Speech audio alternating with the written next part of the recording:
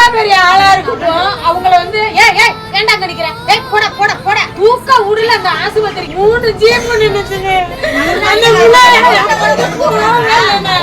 தூக்க உடல ஆஸ்பத்திரி கொண்டு போவே உடல.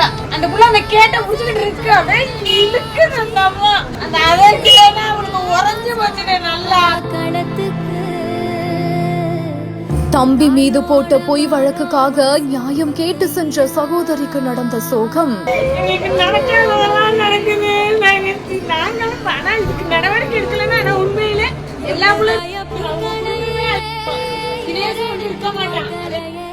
பெண் போலீஸ் தரைக்குறைவாக பேசியதால் சகோதரிகள் எடுத்த விபரீத முடிவு. அவன் வாழ்க்கை போயிருச்சு.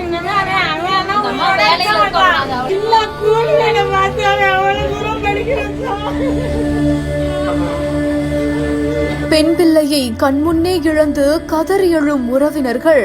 என்ன நடந்தது விரிவாக காணலாம்.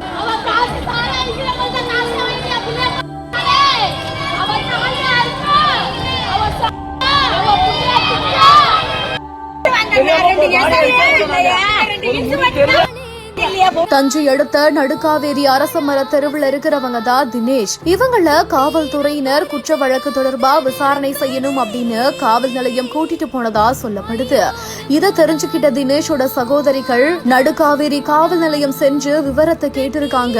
அதோட தம்பி மேல பொய் வழக்கு சுமத்தப்பட்டிருக்கிறதா சொல்லி நியாயமும் கேட்டிருக்காங்க.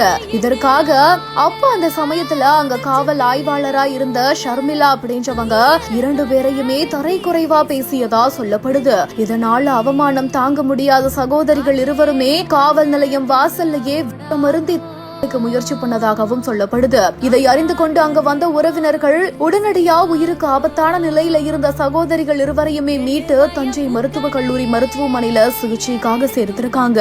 இந்த நிலையில தான் சிகிச்சை பலன் இல்லாம அதுல ஒரு சகோதரி மட்டும் பரிதாபமா உயிரிழந்திருக்காங்க. உயிருக்கு ஆபத்தான நிலையில இன்னொரு பெண் தீவிர சிகிச்சையை பெற்றுட்டு வராங்க.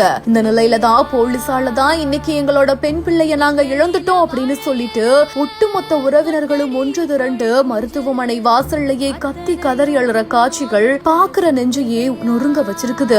இது ஒரு தரப்புல இருந்து நமக்கு கிடைத்த தகவல் மட்டும்தான். இன்னும் காவல்துறையினர் தரப்புல இருந்து எந்த ஒரு தகவலுமே கிடைக்க பெறல. அப்படி அவங்களோட தரப்புல இருந்தும் நமக்கு தகவல் கிடைத்தால் மட்டும்தான் உண்மையாவே அங்க என்ன சம்பவம் நடந்தது அப்படின்றது நமக்கு தெரிய வரும்.